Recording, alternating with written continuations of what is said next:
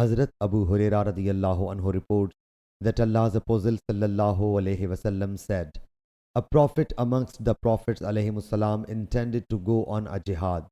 So he said to his people, anyone who has recently contracted marriage and has not consummated his marriage, but he wants to cooperate with his wife, and a man who has built a house but has not yet constructed its roof, and whosoever has bought she camels and goats and is waiting that they should breed, must not accompany me for jihad.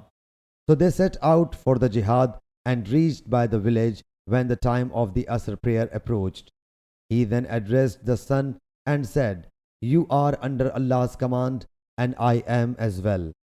O Allah Jalla Jalaluhu, halt it for us. So it was halted till Allah Jalla Jalaluhu granted them victory.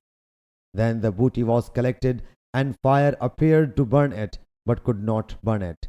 Thereupon that Prophet alayhi salam said, there is a cheater amongst you. So one man from each tribe should give me a pledge by placing his hand on my hand. The hand of a man got stuck to the hand of that Prophet alayhi salam.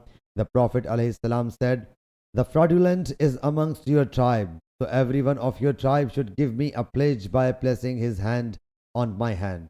Thereupon the hands of 2 or 3 men got stuck to his hand. So they brought a gold head equal to the head of a cow in size and put it before him. Then a fire came and consumed it. Later on, Allah Jalla Jalaluhu, considering our weakness and disability, legalized it. So He Jalla Jalaluhu has already made it legal for us. Sahih Bukhari Hadith number 3124.